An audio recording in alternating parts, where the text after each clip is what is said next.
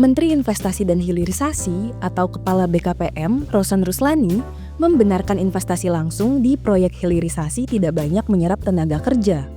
Rosan menyebut akhir-akhir ini, investasi langsung yang masuk ke Indonesia memang banyak mengalir ke proyek hilirisasi.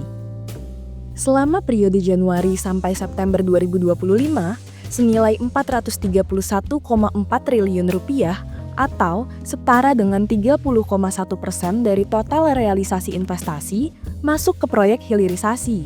Dari total tersebut, sebanyak 291,6 triliun rupiah atau setara dengan 67,6% merupakan investasi hilirisasi di sektor mineral, seperti nikel sebesar 136,1 triliun rupiah dan tembaga sebesar 61,2 triliun rupiah.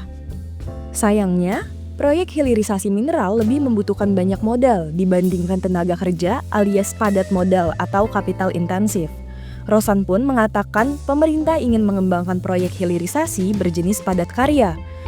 Meski nilai investasi di proyek ini kerap lebih kecil dari proyek padat modal.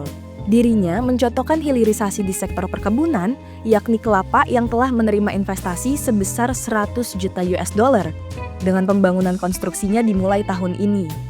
Nilainya memang tergolong kecil jika dibandingkan dengan investasi di bidang mineral seperti nikel. Akan tetapi, penyerapan tenaga kerjanya jauh lebih banyak.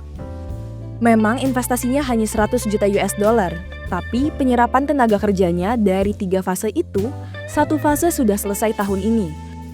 Fase 1 itu serap 5.000 orang tenaga kerja. 3 fase kelar, tahun depan akan serap 10.000 orang, ungkap Rosan. Rasio penyerapan tenaga kerja terhadap realisasi investasi memang kian menurun.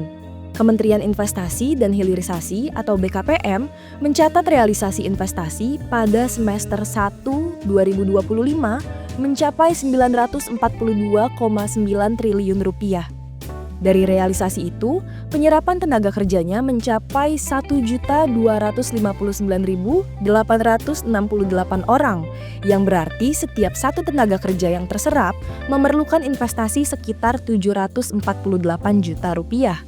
Padahal, pada periode yang sama tahun lalu, setiap satu orang tenaga kerja yang terserap hanya memerlukan investasi sekitar 677 juta rupiah. Lebih rendah 71 juta dibandingkan 2025.